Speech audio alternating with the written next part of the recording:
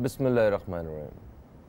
अस्सलाम वालेकुम दोस्तों, मैं फ़हीम अब्बास आप सबको खुश आमदीद कहता हूँ न्यूज़ कैफ़े में, और उसके साथ साथ आप सबको मुबारकबाद पेश करता हूँ आज के दिन की। आज जुम्मतुल मुबारक है, आज जुम्मा की भी सारी फ़जीलतें आपको मुबारक हों और आपके लिए आज का दिन खुशियों से भरा हुआ दिन साबित हो। अच्छा, वैसे हम अपनी ज़िंदगियों में इस कदर मसरूफ़ हैं कि हमने सिवाय अपने जो फाइनेंशियल मैटर्स होते हैं, जो हमारे माशी हालात होते हैं, इनके अलावा कभी हमने शायद ही अपने आप को सोचने का वक्त भी दिया हो। हर वक्त हम यही सोच रहे होते हैं कि मैं आगे कैसे बढ़ जाऊंगा, मैं इससे ज़्यादा अमीर कैसे हो जाऊंगा, या मेरी नौकरी इससे बेहतर कैसी हो जाएगी। तब ज़िंदगी को हम सिर्फ़ एक ही तराजू में तोल रहे होते हैं।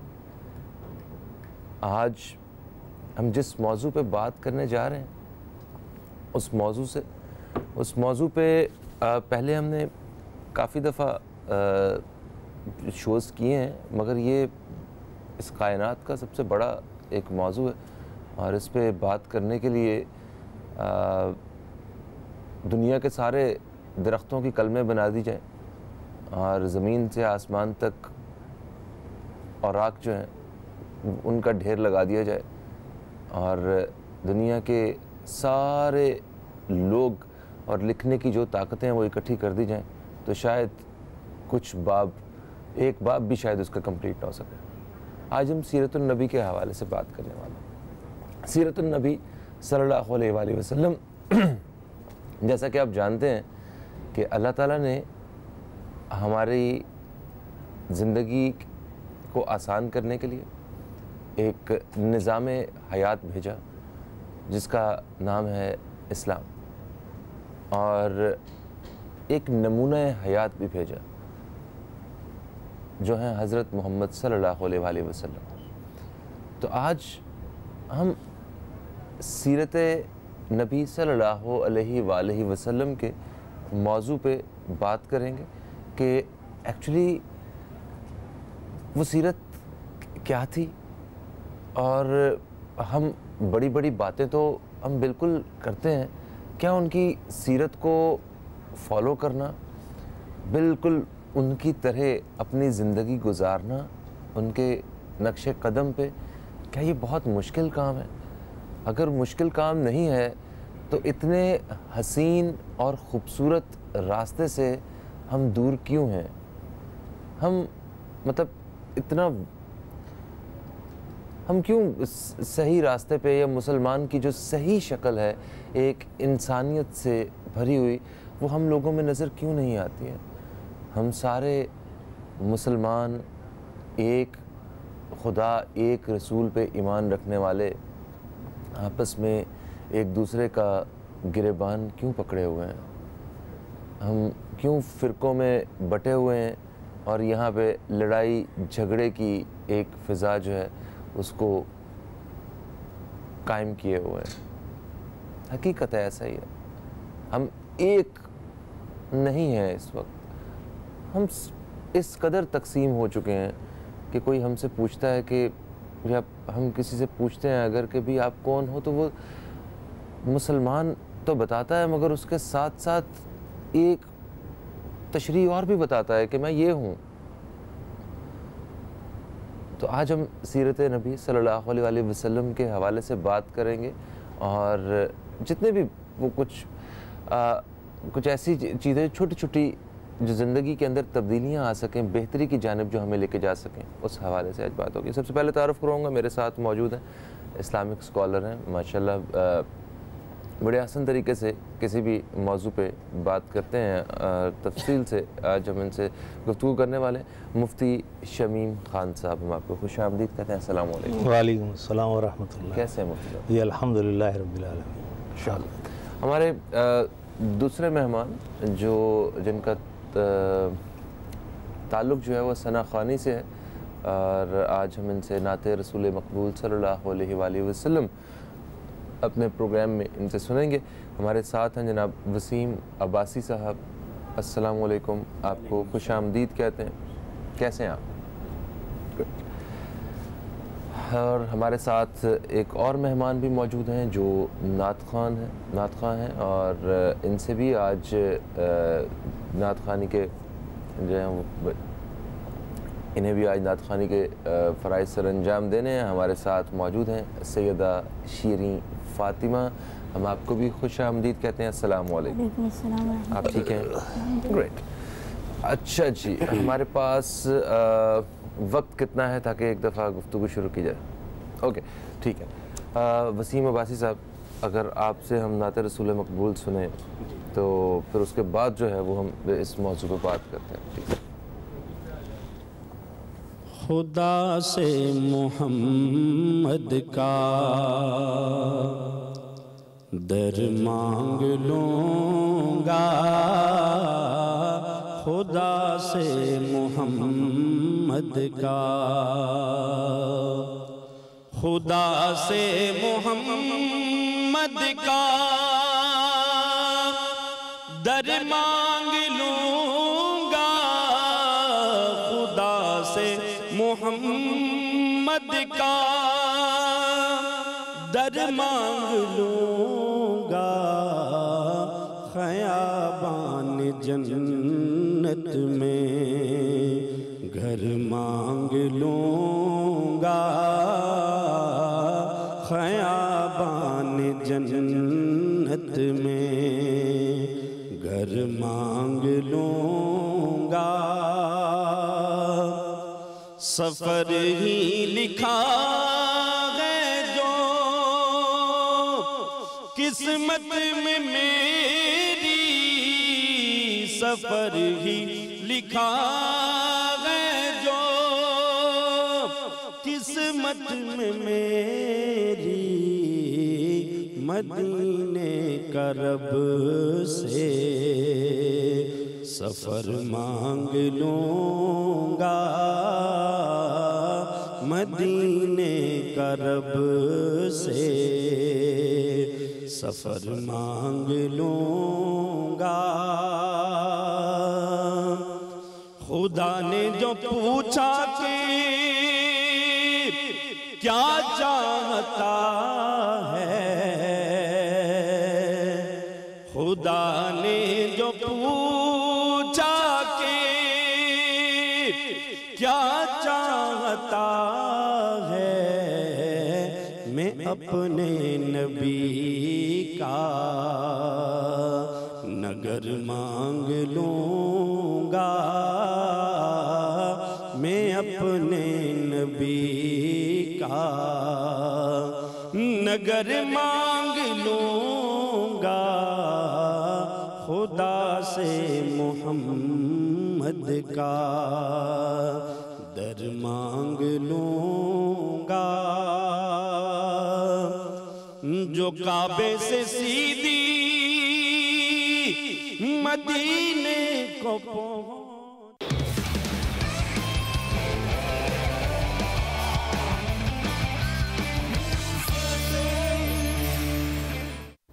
Welcome back. आप देख रहे हैं न्यूज़ कैफ़े और आज हम बात कर रहे हैं एक हसीन मौजू पे, सीरतुन्नबी सल्लल्लाहु अलैहि वालैहि वसल्लम।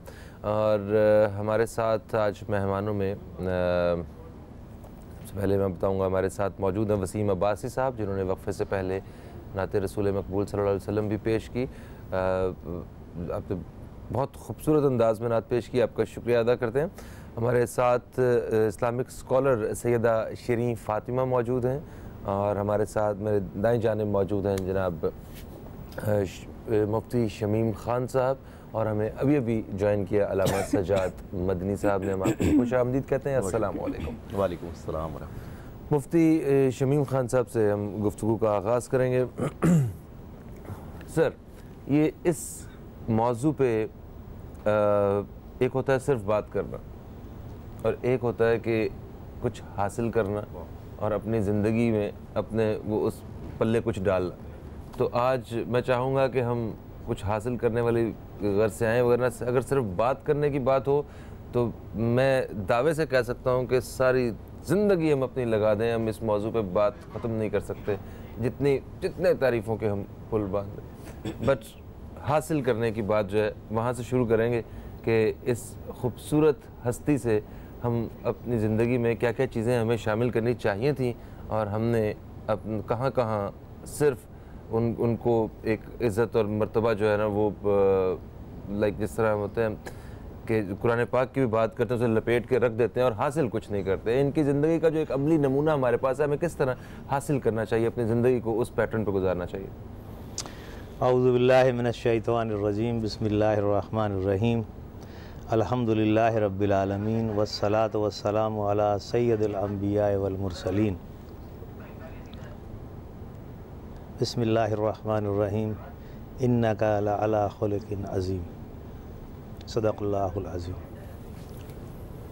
फ़हीम भाई, सीरत नबवी आपका मौजू है आज। इस मौजू पर बात करने से पहले जब भी हम इस पर बैठेंगे और बात करेंगे या हमारे जहन में ये लफ्ज़ जैसे ही दर आएगा तो सैकड़ों कुतुब हैं जो लिखी गई हैं जिनसे हम इस्तिफ़ादा करते हैं, लेकिन उर्दू ज़ुबान में सीरत के जो मायने हैं, जब मैंने लुग़त पढ़ी तो उसकी बहुत सारी तफसील मौजूद है। लेकिन आक़ाए दो जहाँ सरकार दो आलम सल्लल्लाहु ताला अलैहि वसल्लम की नामे नामी की बरकत यह है कि सीरत अब सिर्फ़ आपके नाम के साथ लफ्ज़ सीरत को महदूद कर दिया गया है। जब आप सीरत का ज़िक्र करेंगे तो आपके जहन में एक ही नाम आएगा, इसके अलावा कोई आ ही नहीं सकता। यानी उर्दू लुग़त में वो जितने मायने इसके दिए गए हैं वो अपनी जगह, लेकिन अब उर्दू लुग़त भी इस बात पर मुत्तफ़िक़ है कि लफ्ज़ सीरत जैसे ही आपकी ज़ुबान या आपके जहन में आता है तो सरकार दो आलम सल्लल्लाहु ताला अलैहि वसल्लम का ज़िक्र खैर महदूद हो जाता है। अब आप सीरत के हवाले से किसी और को नहीं कह सकते कि ये सीरत जो है वो लफ्ज़ सीरत फ़कत, चाहे वो 2 साल का बच्चा हो या 80 साल का बूढ़ा। अब सीरत के लिए जो किताबें लिखी गई हैं वो सैकड़ों नहीं हज़ारों की तादाद में हैं, जिन्हें हम शायद अगर सिर्फ़ ये मौजू ले लें कि मुझे सीरत की किताबें पढ़नी हैं तो मैं अपनी पूरी ज़िंदगी में, अगर एक बच्चा शऊर में 7 साल में आ रहा है और वो पढ़ना शुरू करे और उसकी उम्र 60 साल हो तो वो किताबें ख़त्म नहीं कर सकता। इतनी वुसअत, ये मेरा बताने का मफ़हूम, इतनी वुसअत। लेकिन अब उन किताबों में सबसे बेहतरीन किताब कौन सी है? कुरान पाक। वो है कुरान पाक, जो सीरत नबवी है सारी की सारी। अल्लाह सुब्हानहू ताला खुद अपने हबीब मुकर्रम की तारीफ़ बयान कर रहा है। वो आपके अखलाक की तरफ, जब किसी शख्स में भी सबसे पहले ये देखा जाता है कि उसके अखलाक कैसे हैं, तो अल्लाह सुब्हानहू ताला आपके अखलाक की तारीफ़ कर रहा है कि आप अज़ीम अखलाक के साथ मबूस किए गए हैं। ये इतनी जामे तारीफ़ है कि इसके आगे हम कुछ भी इजाफ़ा कर लें हो ही नहीं सकता। कि जब रब ने आपकी तारीफ़ फरमा दी और आपकी सीरत को खोल कर हमारे आगे रख दिया, इस एक जुमले की जो कुरान पाक का जुमला है, इन्नका लअला खुलुकिन अज़ीम, इसकी सीरत अगर आप खोल खोल के बयान करें तो किताबों की किताबें लेकिन इस लफ्ज़ की तारीफ़ नहीं कर सकते, चूँकि अल्लाह सुब्हानहू ताला की तरफ से ये जुमला अता किया गया है। ये है वो सीरत का आला मेयार। अच्छा, हम आज के दौर में, मैंने तिरमिज़ी शरीफ का तर्जुमा पढ़ते हुए एक जुमला मुसन्निफ़ ने उसमें लिखा कि सैयदना इब्न अब्बास रज़ियल्लाहु ताला अन्हु फरमाते हैं कि जब सरकार दो आलम सल्लल्लाहु ताला अलैहि वसल्लम हमसे रुखसत हुए तो उसके बाद हमारे अंदर बड़ी तब्दीली आ गई। हम वो कुछ महसूस नहीं करते थे जो सरकार की मौजूदगी में, जब आप महफ़िल में होते और हम वहाँ बैठें, उस महफ़िल का, उस माहौल का हम एक्सप्लेनेशन कर ही नहीं सकते कि क्या होता था। अब हमें ऐसा लगता है हम खाली खाली हैं। तो मुसन्निफ़ उसमें ये लिखते हैं कि आज 1400 साल के बाद, जब सरकार की पर्दा फरमाने के बाद सहाबा इकराम का ये हाल हो गया था आपके बग़ैर, तो 1400 साल बाद जब आज हम पढ़ रहे हैं तो हम किस दर्जे में होंगे। यानी हम सिर्फ़ सोच तो सकते हैं, शायद हमारी परवाज़ ही नहीं है 1400 साल का जो फ़ासला है हमारी, हम जितना उसको एक्सप्लेन करें, खोलें, अपने जहन को वुसअत दें, सरकार की सीरत को अपने सामने नमूना बनाएं, लेकिन शायद हम उस दर्जे में, उस मकाम पर या उस महल पर नहीं पहुंच सकते जो सहाबा की मौजूदगी में, जब सहाबा मौजूद थे और सरकार दो आलम सल्लल्लाहु अलैहि वसल्लम तशरीफ़ फरमा होते थे, और आपके ज़ुबान मुबारक से जो मोती इरशाद होते थे वो हमारे लिए आज तक चले आ रहे हैं ना। तो ये एक, यानी ये बताने का मकसद, इस बात की एक्सप्लेनेशन देने का मकसद मेरा ये कि ये लफ्ज़ जो हमने आज इख्तियार किया है कि सीरत नबवी सल्लल्लाहु अलैहि वसल्लम, बज़ाहिर एक दो अल्फाज पर मुश्तमिल है, लेकिन इसकी वुसात इतनी है कि हम अपनी पूरी ज़िंदगी अगर इस पर सिर्फ इसे पढ़ें, मैं अमल करना तो दूसरे दर्जे में ले जाऊँगा कि अमल तो जब करेंगे जब हम पढ़ लेंगे इसको। बिल्कुल सही सर, मुझसे आपने बिल्कुल सही फरमाया सीरत नबी के हवाले से। मगर अभी तो हमें एक ब्रेक की तरफ बढ़ना है, ब्रेक से वापस आते हैं तो मैं यही सवाल सैयदा शीरी फातिमा साहिबा से रखूँगा कि हम इश्क और मोहब्बत जो इतनी ज़्यादा करते हैं उनसे और इतनी अकीदत रखते हैं, उस अकीदत का हमारा अमली ज़िंदगी में कोई अमलो दखल जो है वो नज़र क्यों नहीं आता है? हम या तो हमारी जो इश्क के दावे जो हैं ये बड़े रूखे से हैं, और या फिर जो हक़ जो है मोहब्बत का वो हम अदा नहीं कर पाते हैं। इस हवाले से मैं बात करूँगा सैयदा शीरीन फातिमा साहिबा से। एक छोटा सा वक्फे के बाद दोस्तों आपकी खिदमत में दोबारा हाजिर होते हैं। देखते रहिए अब तक न्यूज़ कैफ़े।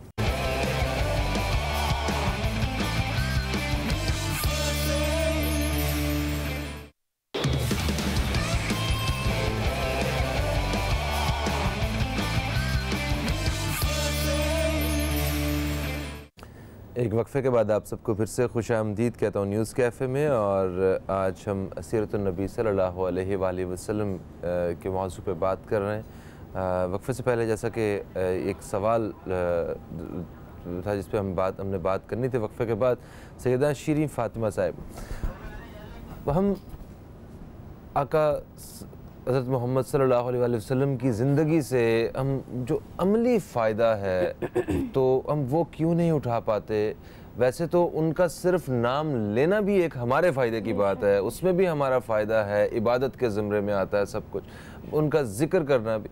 तो जो उनकी जिन्होंने ज़िंदगी गुजारी, एक नमूना हयात पेश किया, वो क्यों हम उसका दामन जो है वो नहीं पकड़ पाते? अऊज़ु बिल्लाहि मिनश शैतानिर रजीम, बिस्मिल्लाहिर रहमानिर रहीम, व बिही नस्तईन व हुवा खैरुल मुईन। जैसा कि सीरत नबी सल्लल्लाहु अलैहि वसल्लम एक ऐसा वसी मौजू है, ज़ाहिर है कि जैसा कि मुफ्ती साहब ने भी कहा, आपने भी इरशाद फरमाया कि इसको एक महदूद लम्हे में बयान करना हम सब के बस से बाहर है, इंसानी अकाइल से बाहर है, अक्लों से बालातर है।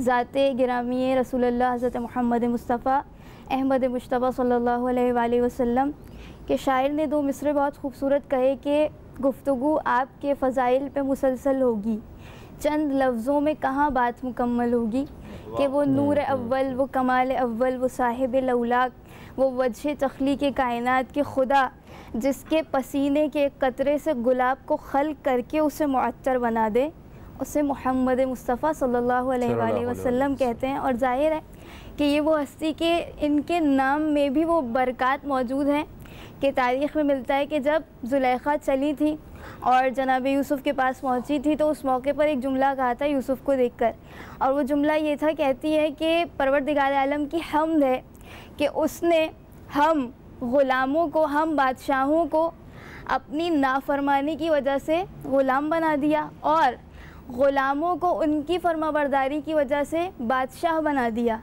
तो जैसे ही जुमला कहा, जनाब यूसुफ़ ने जुमला कहा कि आप ऐसा क्यों फरमाती हैं, तो उस मौके पर जनाब ज़ुलेखा ने इरशाद फरमाया था कि इसलिए इरशाद फरमाती हूँ कि आपकी इताअत थी, मेरी नाफरमानी थी खुदा के आगे। तो उस जगह पे जब जनाब यूसुफ़ ने सवाल किया कि आपने ऐसा क्यों किया, तो उन्होंने कहा कि आपके हुस्न व जमाल की वजह से।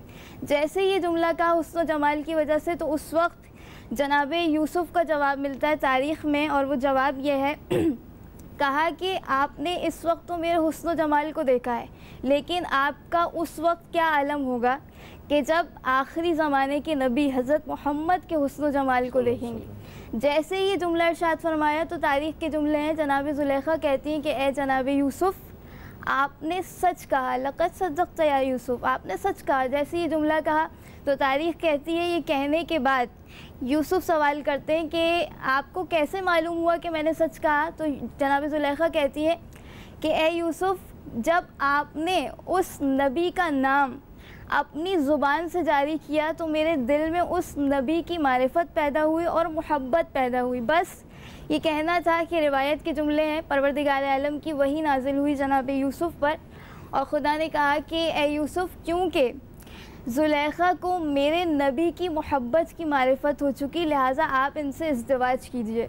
और फिर तारीख़ कहती है कि जनाब ज़ुलेखा का शबाब वापस पलटा तो ये मोहब्बत रसूलुल्लाह के फैज़ और बरक़ात ऐसे हैं कि आज वाक़ईन जो हमारा अलमिया है, शायद या तो इसकी वजह यह है कि हमने सरकार रिसालत माब सल्लल्लाहु अलैहि वसल्लम की सीरत को उस अंदाज से पढ़ा नहीं है जैसे पढ़ने का हक़ था। ज़ाहिर है कि जो मुफ्ती साहब ने भी कहा कि अमल की बात तो दूसरे दर्जे पे है, लेकिन आज जो वाक़ईन सीरत मुस्तफ़ा सल्लल्लाहु अलैहि वसल्लम है, एक तो उसका आशना ना होना एक सबसे बड़ी वजह अमल ना करने की, और दूसरी अहम तरीन वजह कि शायद हम अपनी दुनिया में इस कदर गर्क हो गए कि उस नबी की ज़ात को पढ़ने की कोशिश न करते हैं और न अमल की कोशिश करते हैं। और दूसरी जो मैं यहाँ पे मिसाल पेश करूँगी वो ये कि एक बायोलॉजिस्ट ने बहुत खूबसूरत मिसाल को बयान किया कि एक मछली का कंटेनर रखा जिसमें एक शार्क को रखा, दूसरे से चंद छोटी छोटी मछलियों को रखा। अब जैसे ही रख दिया, पहला दिन आया तो उस शार्क ने सारी मछलियों को खा लिया। दूसरा दिन आया तो वो कहती है बायोलॉजिस्ट कि एक मरतबा मैंने उस कंटेनर में एक शीशे की दीवार को खड़ा किया। जैसे ही उस दीवार को खड़ा किया, एक छोटी मछलियाँ दूसरे हिस्से में और बड़ी शार्क दूसरे हिस्से में। अब शार्क कोशिश कर रही है कि मुस्तकिल उन मछलियों को खाने की कोशिश करे। तो वो कहती है कि मेरा तजर्बा ये है, मैंने देखा कि ये शार्क उन मछलियों से सर तो टकरा रही थी मगर खा नहीं पा रही थी क्योंकि दीवार अटैच थी। पहला दिन आया, बहुत कोशिश की मगर पहुंच ना सकी। दूसरा दिन आया, बहुत कोशिश की। तीसरा दिन आया, कहती है मैंने तजुर्बा किया कि मुसलसल ये शार्क कोशिश करती रही कि खा ले, मगर दीवार का वो जो एक अटैचमेंट थी जिसकी वजह से खा ना सकी। तो कहती है एक मरतबा वो मौका आया कि मैंने उस दीवार को वहाँ से हटाया। अब मैंने क्या तजर्बा किया कि मैंने देखा शार्क भी अपने मकाम पर मौजूद है और ये मछलियाँ भी अपने मकाम पर मौजूद हैं। यानी उस शार्क ने मुसलसल कोशिश की मगर कोशिश के बावजूद जब थक गई तो उस कोशिश को छोड़ दिया। लिहाजा आज हमारा अलमिया ये है कि हमारी कोशिश ज़ाहिर है कि इस हद तक हो कि हम सरकार रिसालत माब सल्लल्लाहु अलैहि वसल्लम की सीरत को पढ़ भी सकें और अगर मायूसी हो तो कोशिश को हाथ से न जाने दें। लिहाजा ये अहम तरीन चीज़ है कि कोशिश साथ में हमें कोशिश करनी चाहिए। बिल्कुल, आज हमने इस मौजू का इंतखाब भी किया और अपने इब्तिदाइया में हमने बात भी यही की थी कि हम अपने माशी मसाइल में और उन सोचों में इस कदर गुम हैं कि हमें अपने बारे में, अपनी ज़िंदगी के बारे में सोचने का हम एक थोड़ा सा वक्त भी नहीं निकाल पाते हैं। और इतनी बड़ी ताकतें हमारे पास मौजूद हैं इस इल्म के ज़रिए कि अगर हम सिर्फ़ उसको जान लें, सिर्फ उस इल्म से, उस सही रास्ते से आशना हो जाए तो हमारी ज़िंदगियाँ वो जो हम ख़ुद से बेहतर करने जा रहे हैं उसकी निस्बत 1000 गुना बेहतर और बहारों वाली खूबसूरत खुशबुओं वाली ज़िंदगियाँ हमारी हो जाए। हम एक कॉलर हमारे साथ हैं, इनसे बात करते हैं, फिर हम अल्लामा सज्जाद मदनी साहब से इसी हवाले से बात करेंगे। अस्सलाम वालेकुम जी, कौन है हमारे साथ? अस्सलाम वालेकुम। वालेकुम अस्सलाम। यूसुफ अंकल, कैसे हैं आप?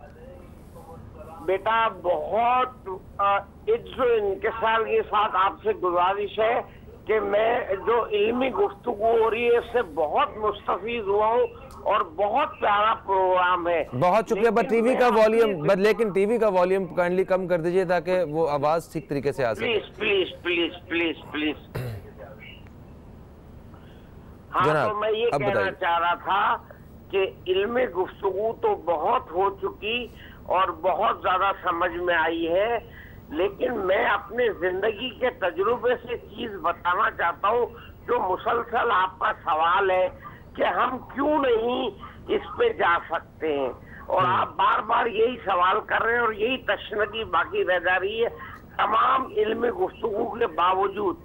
तो मैंने जब हुजूर सल्लल्लाहु अलैहि वसल्लम की सीरत का मुताला किया तो मैंने उसमें सीरत तो नहीं समझ सका, उस आला मुकाम को मैं क्या समझ सकता हूँ एक अदना सा, लेकिन जब जो उसका रिएक्शन सहाबा पे था और जो वो अमल करते थे और जो उनका कहना मानते थे और जिस तरीके से उनकी बातों पे अमल करते थे, तो वो चीजें मेरे दिल में भी आ गई कि जब इन्होंने इतना एहतराम किया जो वहाँ मौजूद थे, तो हम क्यों नहीं करते एहतराम उस तरीके से। सही। और उस तरीके से और थोड़ी सी बात और सुन ले कि हजरत अली ने, जैसा कि आपने शुरू में कहा था कि हम जो है रोजी की तलाश में, दौलत की तलाश में, ऊंचे मुकाम की तलाश में घूमते, तो हजरत अली ने एक छोटे से जुमले में हुजूर सल्लल्लाहु अलैहि वसल्लम के सुन्नत को देखते हुए फरमा दिया कि खुश नसीब वो नहीं जो मतलब दौलत से राजी हो जाए, बल्कि खुश नसीब वो है जो अपनी किस्मत से राजी हो जाए। तो हम अपनी किस्मत से राजी हो जाना सीख जाए और हर अमल में हमारे सुभान अल्लाह, अल्हम्दुलिल्लाह, अल्लाहु अकबर निकले, तो इंशाअल्लाह हमारी जिंदगियां सुधर जाएंगी। ठीक है, बहुत शुक्रिया यूसुफ अंकल, बहुत शुक्रिया। यूसुफ अंकल ने वही सवाल जो है वो भी सामने रखा, और एक और चीज़ उन्होंने भी की कि हमारे जुमलों से सुभान अल्लाह, अल्हम्दुलिल्लाह, मुझे इतना पता है कि जो लोग बहुत ज़्यादा कस्में खाते हैं उनका यकीन नहीं किया जाता क्योंकि वो झूठे ही होते हैं ज़्यादातर, और तजुर्बा बताता है, मुशाहिदा कहता है, और जो लोग हर बात पे इंशाअल्लाह हो जाएगा वो भी काम मुश्किल ही होता है। बुकरा इंशाअल्लाह। जी, तो इसमें ज़रा इस हवाले से, और ख़ास तौर पे जो उन्होंने कहा कि हम जो अमली ज़िंदगी है वो उसका अक्स जो है वो क्यों नज़र नहीं आता है सीरत नबी सल्लल्लाहु अलैहि वसल्लम का, इस बारे में बताइएगा। बिस्मिल्लाहिर्रहमानिर्रहीम। बहुत शुक्रिया फ़हीम भाई। मर के अपनी ही अदाओं पे अमर हो जाऊं, उनकी दहलीज़ के काबिल मैं अगर हो जाऊं, ज़रब दूं खुद को जो उनसे तो लगूं लाख हज़ार, वो अगर मुझ में से निकल जाएं तो सिफर हो जाऊं। और जब भी तुझे देखा है आलम नौ देखा है, मरहला तय न हुआ तेरी शनासाई का।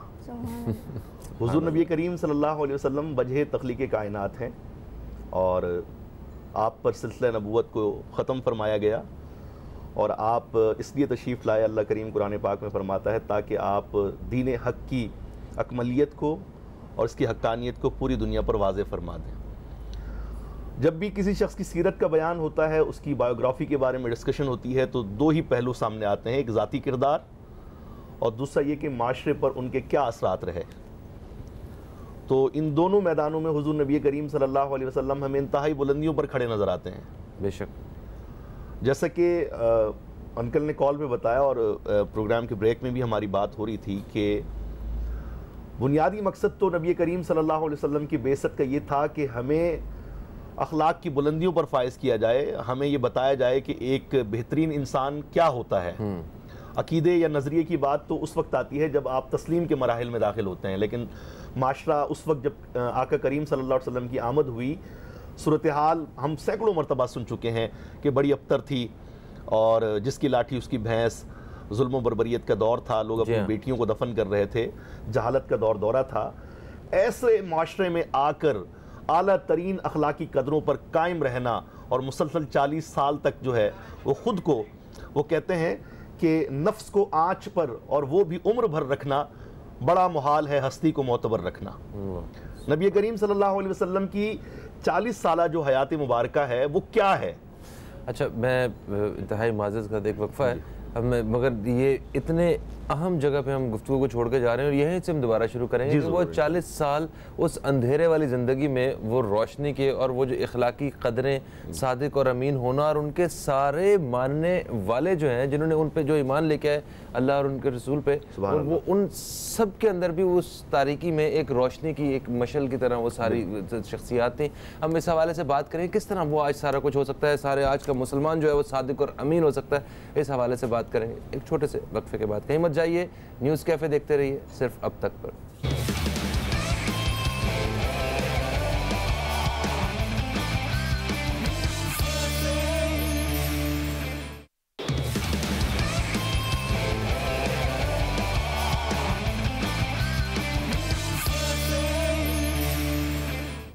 एक वक्फे के बाद आप सब दोस्तों को फिर से खुश आमदीद कहता हूँ न्यूज़ कैफ़े में।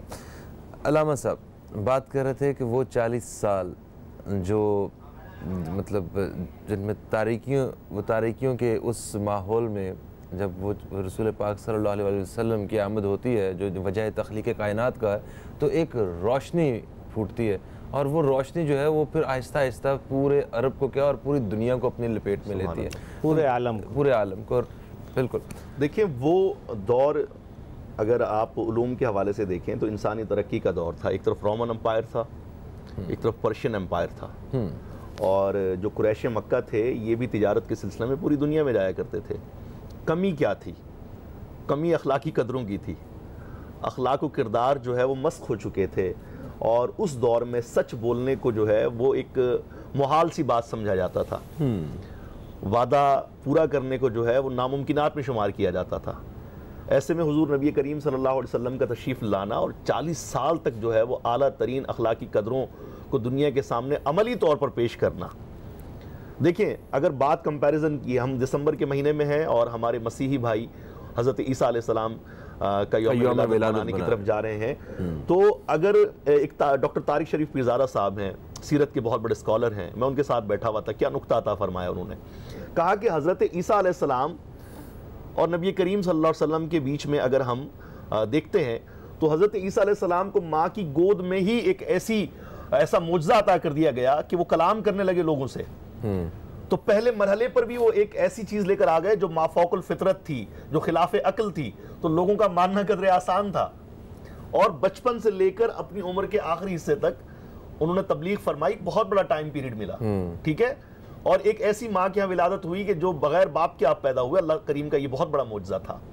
और सारी ज़िंदगी आप जो है बीमारों को शिफा देते रहे, मुर्दों को जिंदा करते रहे, लेकिन जब आपका विसाल होता है तो उस वक्त आपके कितने हवारी मौजूद थे? वो किसी रिवायत में आता है कोई 12 थे, कोई कहता है 40 थे, कोई कहता है कि जनाबे वाला कुछ इससे ज़्यादा थे, ठीक है। अब इंजील के अंदर ये आता है कि जब उनको जमा किया गया, या ईसाईयत की जो बात की तालीमात हैं, जब उनको जमा किया गया और उनसे पूछा गया कि हज़रत ईसा अलैहिस्सलाम की तालीमात क्या थी, तो वो 40 लोग या 12 लोग आपस में मुत्तफिक नहीं थे, ठीक है। लेकिन हुजूर नबी करीम सल्लल्लाहु अलैहि वसल्लम एक ऐसे माशरे में तशरीफ़ लाए कि जहाँ पे ये तमाम उमूर थे। 40 साल तक आपने अपने अखलाक के ज़रिए ख़ुद को साबित किया, और जब आप दुनिया से तशरीफ़ ले जाते हैं तो 1,24,000 के करीब सहाबा कराम अलैहिम रिदवान वहाँ मौजूद हैं, और जब उनसे पूछा जाता है कि उनकी तालीमात क्या थी, तो कोई कन्फ्यूजन नहीं है, कोई मसला नहीं है, कोई जो है वो उसके अंदर दो राय नहीं है, और आज तक दीन की जो असल शक्ल है वो तो वैसे ही चली आ रही है।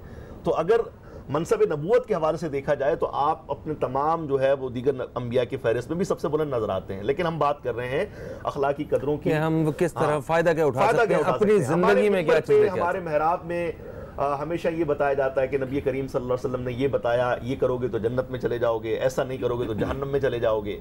बदकिस्मती है कि हम ये नहीं बताते कि उन्होंने एक बाप की हैसियत से कैसे ज़िंदगी गुजारी, उन्होंने एक शरीक हयात के ऐसे से किस तरह का मामला फरमाया, आपने बिजनेस भी किया। आप मुल्क शाम में हज़रत बीबी खदीजतुल कुबरा रज़ियल्लाहु ताला अन्हा का काफिला लेकर गए थे, तो वो तमाम नॉर्म्स, वो सारी मार्केटिंग की स्किल्स जो आज लोगों को बताई जाती हैं मोटिवेशनल स्पीचेस के अंदर कि ये आप उसूल अपना लेंगे तो आप एक बेहतरीन, आप जो है वो सेलर बन जाएंगे। एक छोटा सा जुमला वो ये कि कुछ लोग ये कहते हैं कि नहीं यार हमारा काम ही ऐसा है, हमें झूठ बोलना पड़ता है। ऐसा कौन सा काम है जो झूठ के मतलब ऐसा मुमकिन है कि कुछ सच बोले तो आपका काम ना हो? सच तो ताकत है, उससे तो काम में बरकत भी बढ़ेगी और काम भी बढ़ेगा। फ़हीम भाई, आप यूरोप जाते हैं, जी हाँ, आपको उस माशरे में कहीं झूठ दिखाई देता है? वहाँ झूठ बोलने वाला ऐसा है किसी ने गाली निकाल दिया है। आज अखलाकी कदरों में हमें बहुत आगे नजर आते हैं, जी हाँ, ठीक है। तो उस दौर में झूठ बोलने को कमाल समझा जाता था। जब नबी करीम सल्लल्लाहु अलैहि वसल्लम बीबी खदीजतुल कुबरा रज़ियल्लाहु ताला अन्हा पहले भी काफ़िले रवाना फरमाया करती थी, लेकिन इस मरतबा काफ़िला जल्दी आया, पहले से ज़्यादा नफ़ा लेकर आया। तो आपने अपने ग़ुलाम से पूछा कि ऐसी क्या बात थी कि अब की बार जो है वो ना सिर्फ हमें बहुत ज़्यादा प्रॉफिट्स हुए हैं, बल्कि जल्दी हमारा माल बिक गया। नबी करीम सल्लल्लाहु अलैहि वसल्लम के हमरा जब काफ़िला गया था तो उन्होंने कहा कि मैं हैरान हूँ, मैंने आज से पहले किसी ताजिर में ये बात नहीं देखी कि वो जब भी बात करते थे तो हमेशा पूरी तवज्जो के साथ बात करते थे, मुस्कुरा के बात करते थे, अपनी चीज़ के ऐब को और उसकी खूबी को बयान फरमाते थे, और चीज़ों को कैटेगराइज कर दिया उन्होंने कि ये सबसे अच्छा माल है, ये उससे ज़रा कम वाला है, और ये सबसे जो है वो कम कीमत वाला है। तो आपने जब ये रिवायात कायम की तो लोग आपके अखलाक व किरदार से और आपकी जो है वो बिज़नेस डीलिंग से बहुत मुतासिर हुए, और जल्दी जो है वो आप माल बेच कर तशरीफ़ ले आए। लेकिन हम आज अपने लोगों को ये नहीं बताते, हम अपने लोगों को इस बारे में बिल्कुल भी जो है वो आगाही नहीं देते।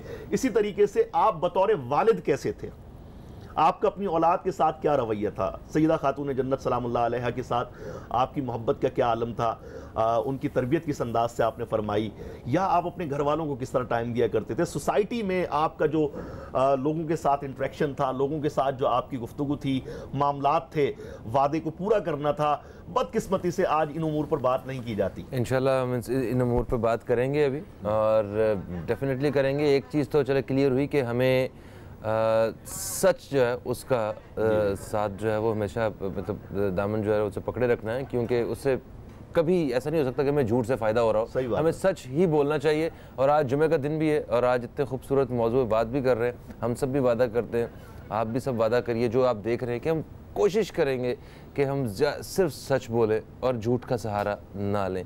ठीक है, इस वादे के साथ हम एक ब्रेक की तरफ हमें बढ़ना है, मगर अभी हमें ब्रेक में वक्त है। और वसीम अब्बासी साहब जो है ये भी हमारे साथ है। तो वसीम अब्बासी साहब, इससे पहले कि ब्रेक आ जाए और आप जो है वो रुखसत हो जाएं अभी, तो क्यों ना एक खूबसूरत सा कलाम जो है वो शामिल करें और उसी कलाम के साथ हम ब्रेक पे जाएं।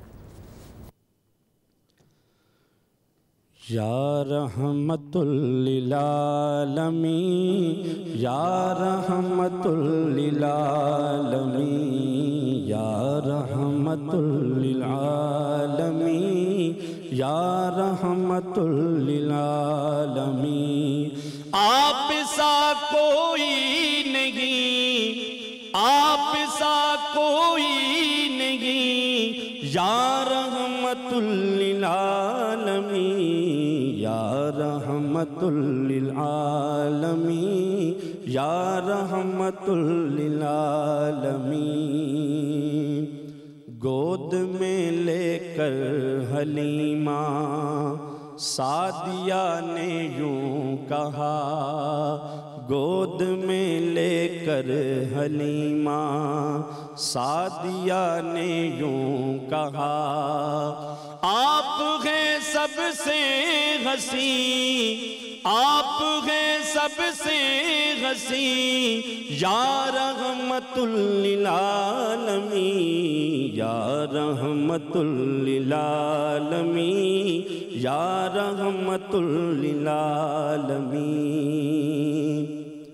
आपको जिसने भी देखा, देख कर उसने कहा, आपको जिसने भी देखा, देख कर उसने कहा, आप हैं सादिक अमीन, आप हैं सादिक अमीन, या रहमतुल लिल आलमीन, या रहमतुल लिल आलमीन, या रहमतुल लिल आलमीन।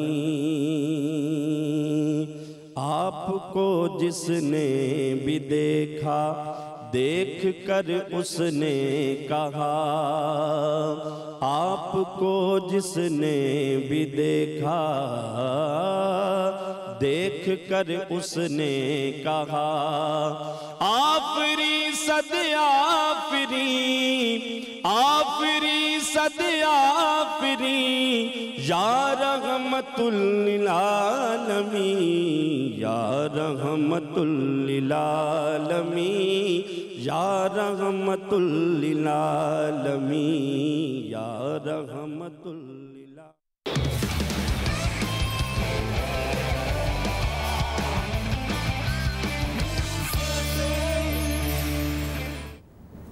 वेलकम बैक, आप देख रहे हैं न्यूज़ कैफ़े। मैं हूं फ़हीम अब्बास और आज हम सीरतुन नबी सल्लल्लाहु अलैहि वसल्लम के हवाले से बात कर रहे हैं।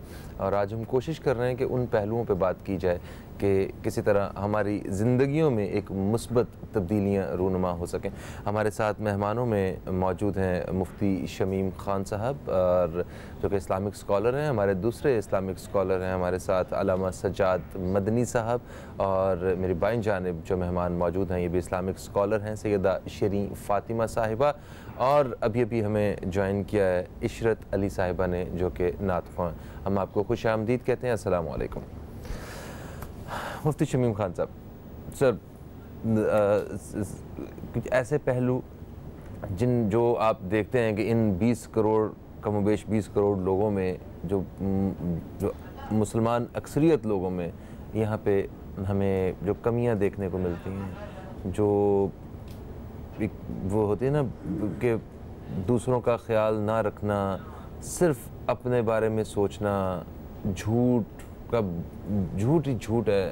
तब कोई चीज़ ख़रीदने चले जाएं, मैं आप सब्ज़ी ख़रीदने चले जाएं, इतनी लंबी दाढ़ी होगी भाई साहब की, शाम में वो मस्जिद में तबलीग भी करते होंगे, वो जाते होंगे वो और 5 वक्त के नमाजी भी होंगे, मगर उन्होंने वो जो एक लिस्ट है उससे हट के आपको सब्ज़ी फ्रूट कुछ भी महंगा देना, ये काम यहाँ से शुरू हो रहा है। एक मुस्लिम मुआशरे में जहाँ आपको बच्चों की ग़िज़ा जो दूध है उसमें मिलावट आपको मिले, जहाँ आपको जो बीमारों के लिए जो दवा इस्तेमाल होती है वो आपको 2 नंबर मिले, आपको खानों में आपको मरी हुई जो है ना वो मरे हुए जानवरों के आपको गोश्त खिलाए जाएं और हराम जानवर जो है वो तो मैं चाहूँगा कि ज़रा आप इस तरफ रोशनी डालें कि हम किस तरह इस मुआशरे की भलाई के लिए, बेहतरी के लिए कोई काम कर सकते हैं, ना कि वो सारे वो सीरत के हवाले से वो सारे पहलू जो हम बचपन से किताबों में पढ़ते आए हैं, हम उलमा से और मस्जिद में हमेशा जितने भी खतीब जो हैं उनसे हम सुनते आए हैं, हम कुछ जो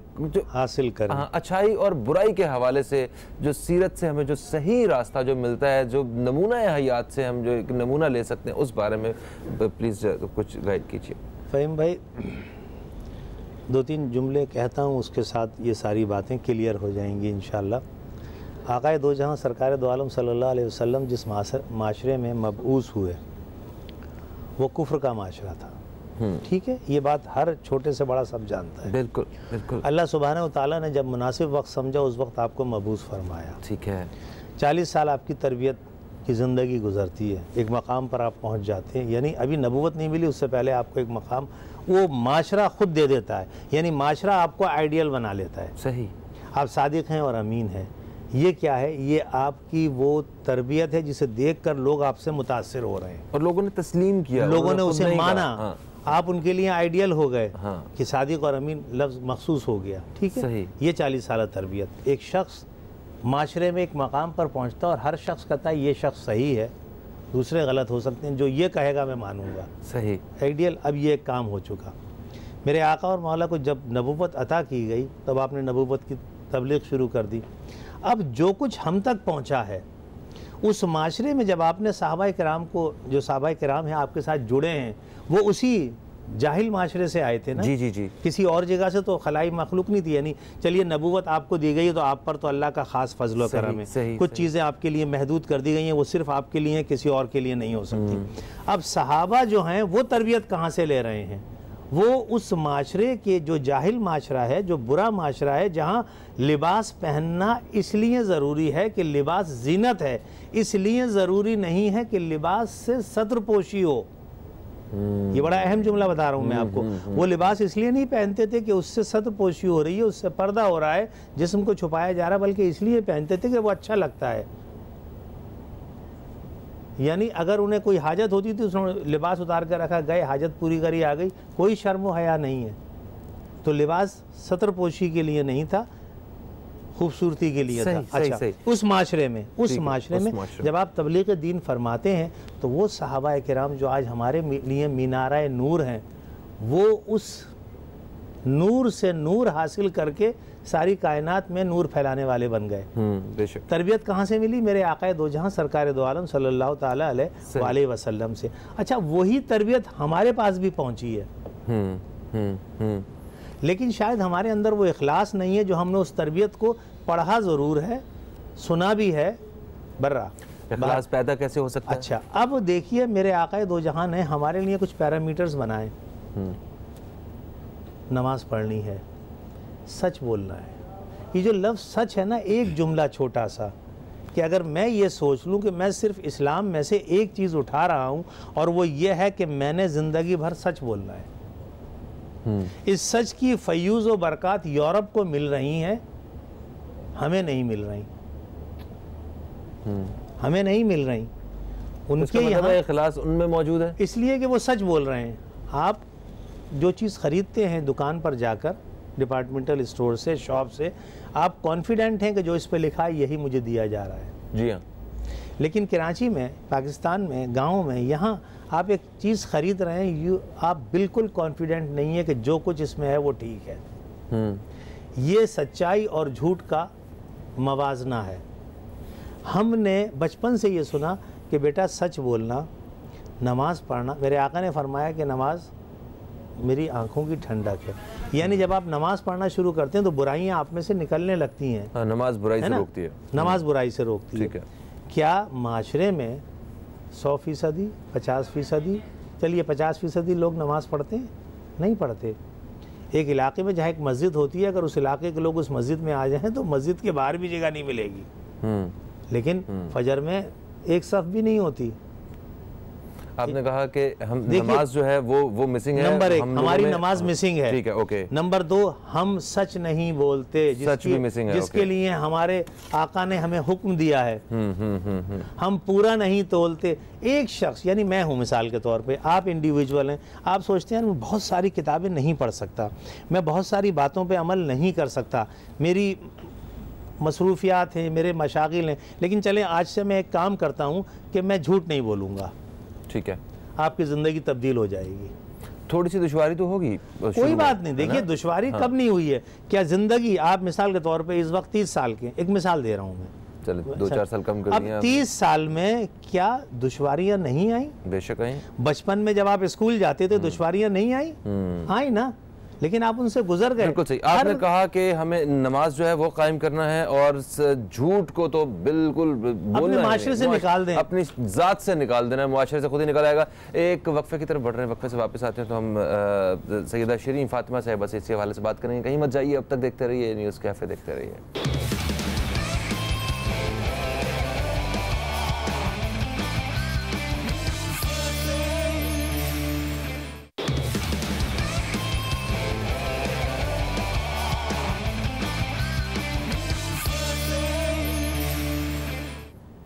वेलकम बैक।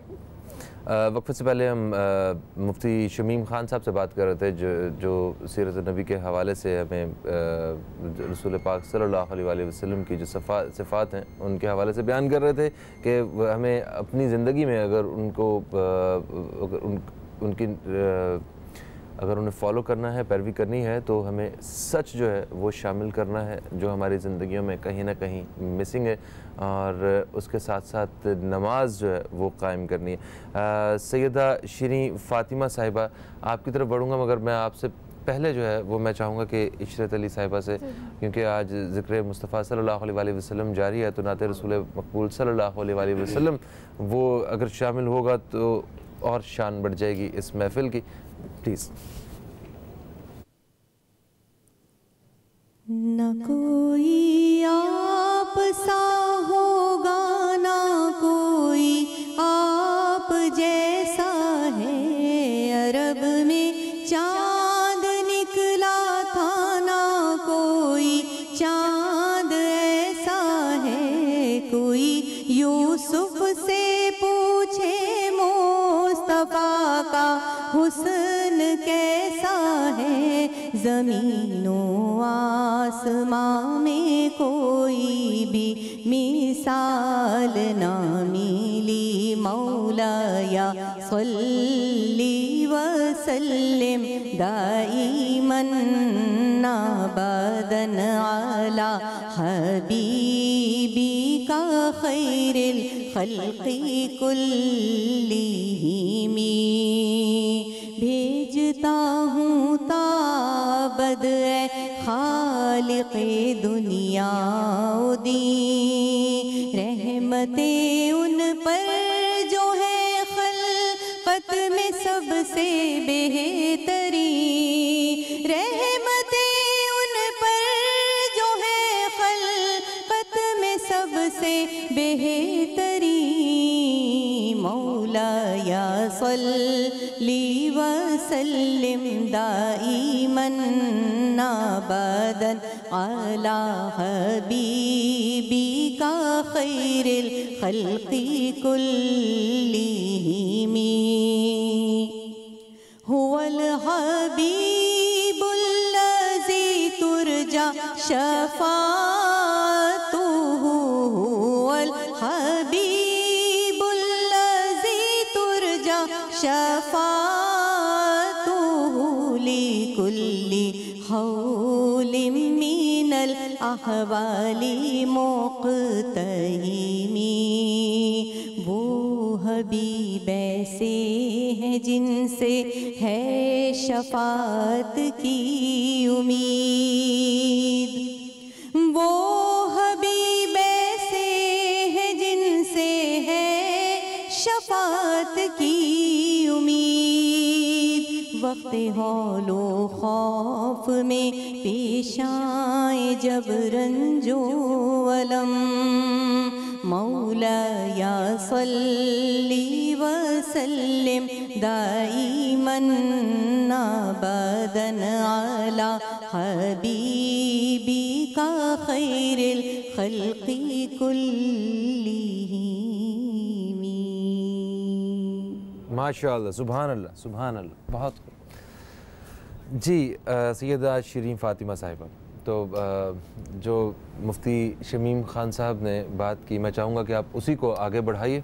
रसूल अल्लाह की जो सच्चाई है यानी सदाकत और अमानत, देखिए जो दौर था वो जैसा कि मुफ्ती साहब ने भी पेश किया कि दौर जाहिलियत अरब का ऐसा दौर कि जहाँ पर एक इंसान दूसरे इंसान से ख़ाइफ था, यानी वो ऐसा ज़माना था। तो उस ज़माने में ज़रूरत थी ऐसे इंसान की जो ख़ुद मेहरबान हो, दूसरों को मेहरबानी सिखा सके, जो ख़ुद मददगार हो, दूसरों को मददगारी सिखा सके, जो ख़ुद हमदर्द हो, दूसरों को हमदर्दी सिखा सके, ताकि माशरे में अमन व अमान की फ़िज़ा कायम हो सके। और दूसरी चीज़ जो मैं यहाँ चाहूँगी सदाकत के उन्वान से, कि रसूल अल्लाह सब जानते हैं कि जब नबूवत का आगाज़ हुआ और बताने वाले थे अपनी नबूवत के बारे में, तो तारीख़ कहती है कि वो कोहे सफ़ा पर गए और कहा सबको जमा करके कि अगर तुम ये कहते हो, मैं अगर तुमसे ये कहूँ कि इस पहाड़ के पीछे कोई लश्कर है, वो तुम पर हमला करेगा, तो क्या तुम उसे मानोगे?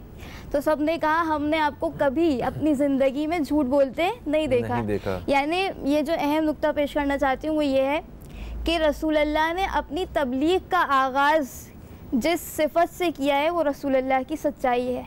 लिहाजा आज अहम तरीन ज़रूरत सच्चाई को अपने अंदर पैदा करने की। आपने जो जुमला कहा था बहुत खूबसूरत, कि आज हम देखते हैं कि नमाजी बहुत ज़्यादा हैं मगर वही चीट कर रहे होते हैं, वही फ्रॉड कर रहे होते हैं मुसलमान ज़माने में। तो हदीस का जुमला है कि रसूलुल्लाह से जब किसी ने सवाल किया या इमाम से कि क्या वजह है कि हम देखते हैं जो सबसे बड़ा नमाजी है वही सबसे बड़ा फ्रॉड कर रहा होता है, तो उस वक्त इमाम ने जवाब दिया कि ये ना देखो कि इंसान अपनी ज़िंदगी में कितना नमाजी है, ये ना देखो कितना रोज़ेदार है, बल्कि ये देखो अमानत में ख़यानत तो नहीं करता, सच्चाई उसके अंदर मौजूद है, अहद करता है तो उसकी पासदारी करता है या नहीं करता। लिहाजा ये जो अखलाकी कदरें हैं ये अपने अंदर मौजूद, अपने अंदर डालना इंसान के लिए बहुत अहम है।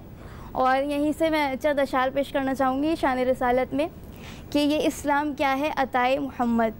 ये इस्लाम क्या है, अताए मोहम्मद है कुरान मिदहत सनाए मोहम्मद। यतीमों फ़कीरों को फाका कशों को कलेजे से अपने लगाए मोहम्मद। बशर चीज़ क्या है कि इन पत्थरों को मोहब्बत से कलमा पढ़ाए मोहम्मद। सुभान अल्लाह, मोहब्बत से कलमा पढ़ाए मोहम्मद। सुभान अल्लाह, सुभान अल्लाह। इन्हीं खूबसूरत अशार के साथ एक वक्फे की तरफ हम लोग बढ़ेंगे। वक्फे से वापस आते हैं तो अल्लामा सज्जाद मदनी साहब से इसी हवाले से बातचीत का सिलसिला जारी रखेंगे। कहीं मत जाइए, न्यूज़ कैफ़े देखते रहिए, अब तक देखते रहिए।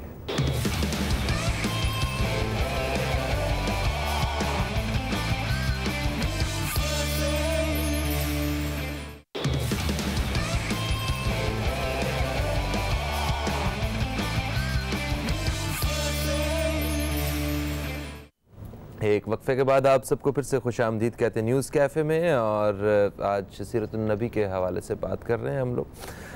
अल्लामा सज्जाद मदनी साहब, जैसा कि अभी वक्फे से पहले हमारी बात हुई मुफ्ती शमीम ख़ान साहब से और सैयदा शिरीन फ़ातिमा साहिबा से, हमारे दोनों मेहमानों ने अखलाकी अक़दार के हवाले से बात की कि आज हम रसूल पाक सल्लल्लाहु अलैहि वसल्लम की सीरत के हवाले से बात करें और एक वो जो कि एक ज़िंदगी का वो नमूना है जो हमें दुनिया और आखिरत दोनों में हमारे लिए एक सही रास्ता जो है वो पेश करता है और एक रहनुमाई हमें मिलती है। तो उस इतनी बड़ी रहनुमाई के होते हुए हम दुनिया में भी परेशान हैं और आखिरत के बारे में सोचें तब भी हमें परेशानी का सामना है। ये तो वही इल्म, वही नूर है जिन्होंने जो अरब की जो जहालत का दौर आपने बताया पहले, जो मुफ्ती साहब ने बताया हमें, उसमें अगर तब्दीलियाँ पैदा की जा सकती हैं तो हमारा माहौल तो इंटायरली डिफरेंट है उससे। हम तो उस हवाले से तो एक बेहतरीन जगह पे रह रहे हैं जहाँ लोगों के पास एक अक्ल व शऊर है, एक पहनने की तमीज़ है, उसके अलावा हमारी तहजीब है, कल्चर है हमारा, हम बड़ों का एहतराम है और बहुत कुछ है हमारी सोसाइटी में। हम बड़े रिच हैं इस हवाले से। इस सोसाइटी में उन उलूम का और उस सीरत का किस तरह हम उसको मतलब सबके ऊपर जो है वो देख सकते हैं, सबके ऊपर जो है ना वो जारी कर सकते हैं। ज़रा इस बारे में थोड़ा सा बताइए। पसे कारवां सरे राह गुज़र मैं शिकस्ता पा हूँ तो इसलिए कि कदम तो सब ने मिला लिए, मेरा दिल किसी से मिला नहीं। मेरा हम सफ़र है अजीब तो अजीब तर हूँ मैं आप भी, मुझे मंजिलों की खबर नहीं, उसे रास्तों का पता नहीं। मिन हैसुल कौम हम बंद गली में आके खड़े हो गए। नज़रियात के हवाले से बहुत बड़ा कन्फ्यूजन है।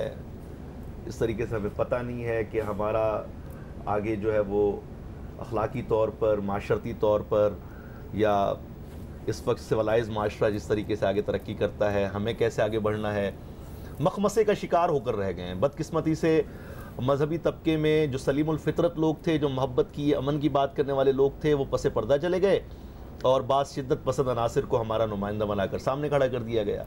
अब उसका नुकसान तो होना ही था। नौजवान नस्ल हर दौर में रिवायात की अमीन होती है, वो आगे लेके चलती है चीज़ों को।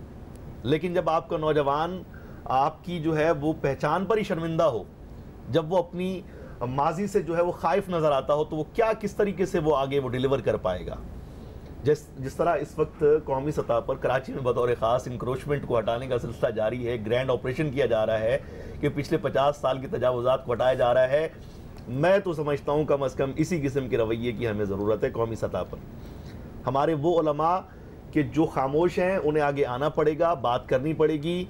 और जैसा कि मैंने ब्रेक में अर्ज़ किया था, ये सर्वाइवल ऑफ द फिटेस्ट की दौर है। अगर मजहबी तबके ने बतौर ख़ास, क्योंकि दीनी रहनुमाई का फरीज़ा इन्हीं के हाथों में है, अगर इन्होंने अपनी ज़िम्मेदारी महसूस ना की, यकीन मानिए कि हम 2-3 सदियां और पीछे चले जाएंगे। बदकिस्मती ये है, कनाडा में आप मेरी बात हो रही थी अपने दोस्त से, मैंने कहा उस माशरे में आपकी बच्चों की तरबियत तो बड़ा मुश्किल मरहला होगा आपके लिए। उन्होंने कहा नहीं, हमें सिर्फ उनको सच और हमें उनको सिर्फ दीन के बुनियादी अकायद के बारे में बताना पड़ता है।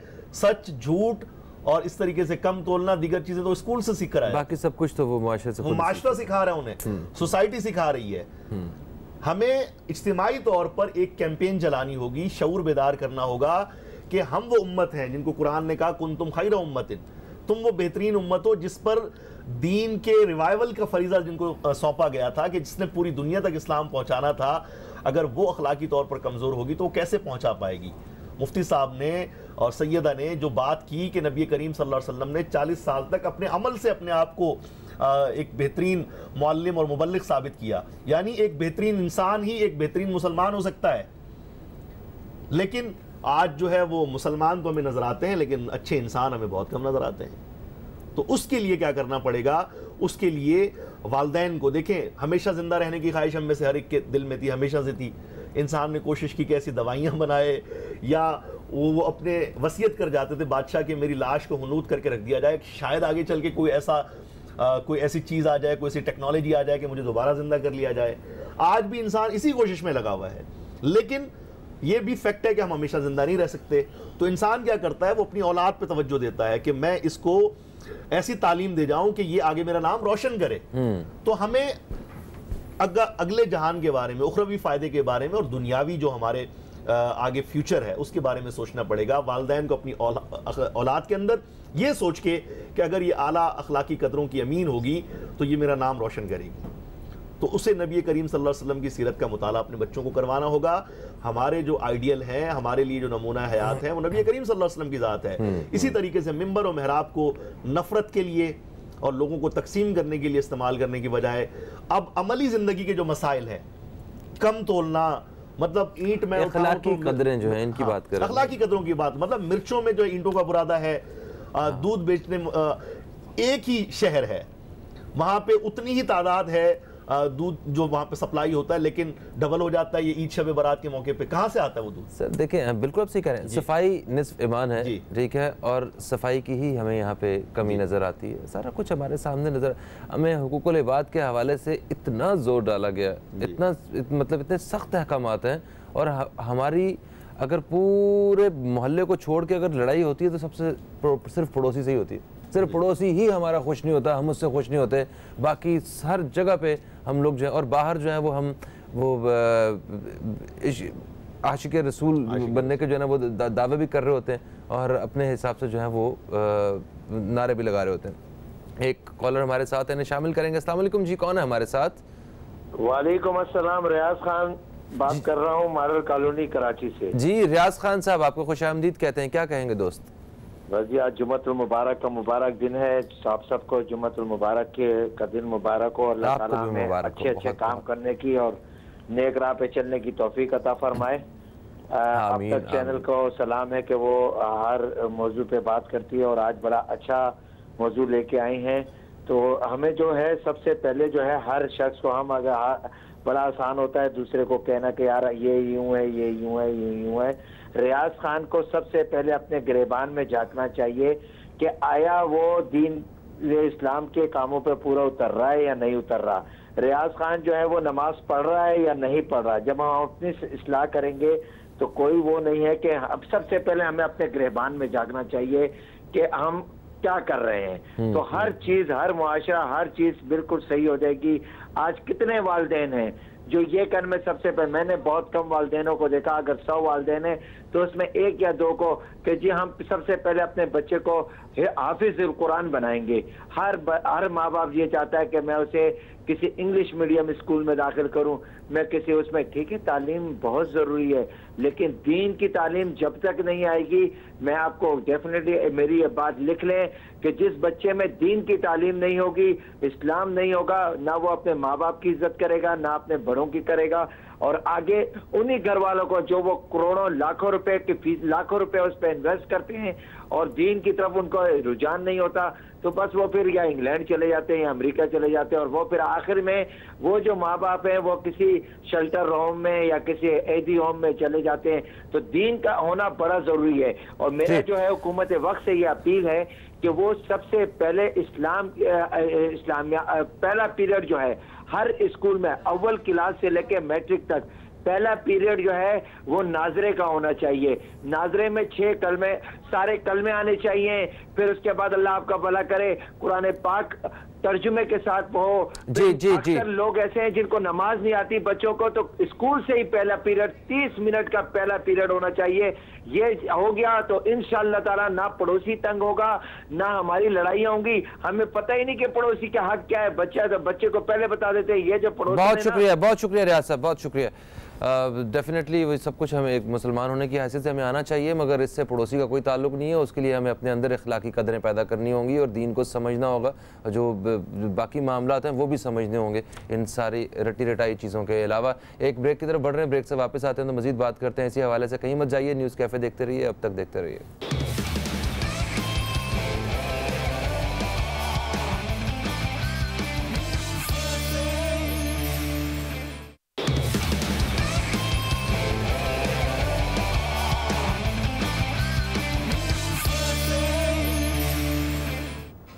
एक दफ़ा फिर से आपको खुश आमदीद कहते हैं न्यूज़ कैफ़े में। और आज हम अपने प्रोग्राम में बात कर रहे थे सीरत-उन-नबी के हवाले से।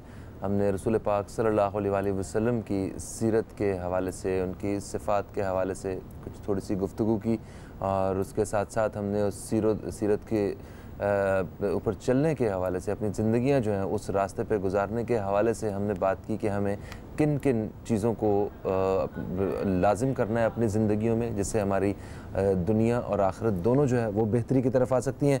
मैं अपने मेहमानों का शुक्रिया अदा करता हूँ, अल्लामा सजाद मती साहब, मुफ्ती शमीम ख़ान साहब और सैयदा शिरीन फ़ातिमा साहिबा, आपका भी बेहद शुक्रिया। इशरत साहिबा आपका भी शुक्रिया, आप तशरीफ़ लाएँ। और क्योंकि आज जो छोटी सी हमने एक महफ़िल सजाई थी जिस पे कुछ हमने सीखा, कुछ आपने सीखा, इसी को इख्तिताम करेंगे, क्योंकि वक्त की हम वो एक हद में रहते हैं। तो आपसे दरख्वास्त है कि नात रसूल मकबूल सल्लल्लाहु अलैहि वसल्लम पेश करें और उसी नात से हम इजाज़त चाहेंगे। दोस्तों अपना बहुत सारा ख्याल रखिए, दुआ में याद रखिए। आपसे इंशाअल्लाह पीर के रोज़ फिर मुलाकात होगी। पीर तक के लिए खुदा हाफिज़। पाकिस्तान जिंदाबाद। झूम के मैंने जब पढ़ा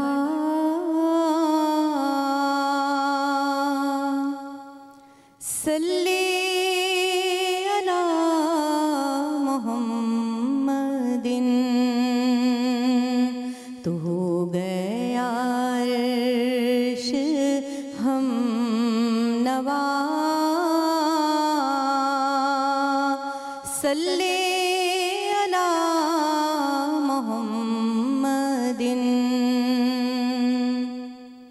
आप ही वजह है कायनात,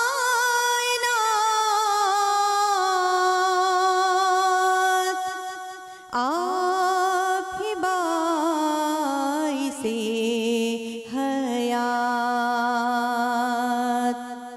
आप ही वजह है कायनात, आप ही बाइसे हयात, आप पे जानो दिल फिदा सल्ले अला मोहम्मदिन। आपका नाम जब लिया आपका जिक्र जब किया आपका नाम जब लिया आपका जिक्र जब किया तो दिल को सुकूनी दिल मिला सल्ले अला मोहम्मदिन सल्ले अला मोहम्मदिन सल्ले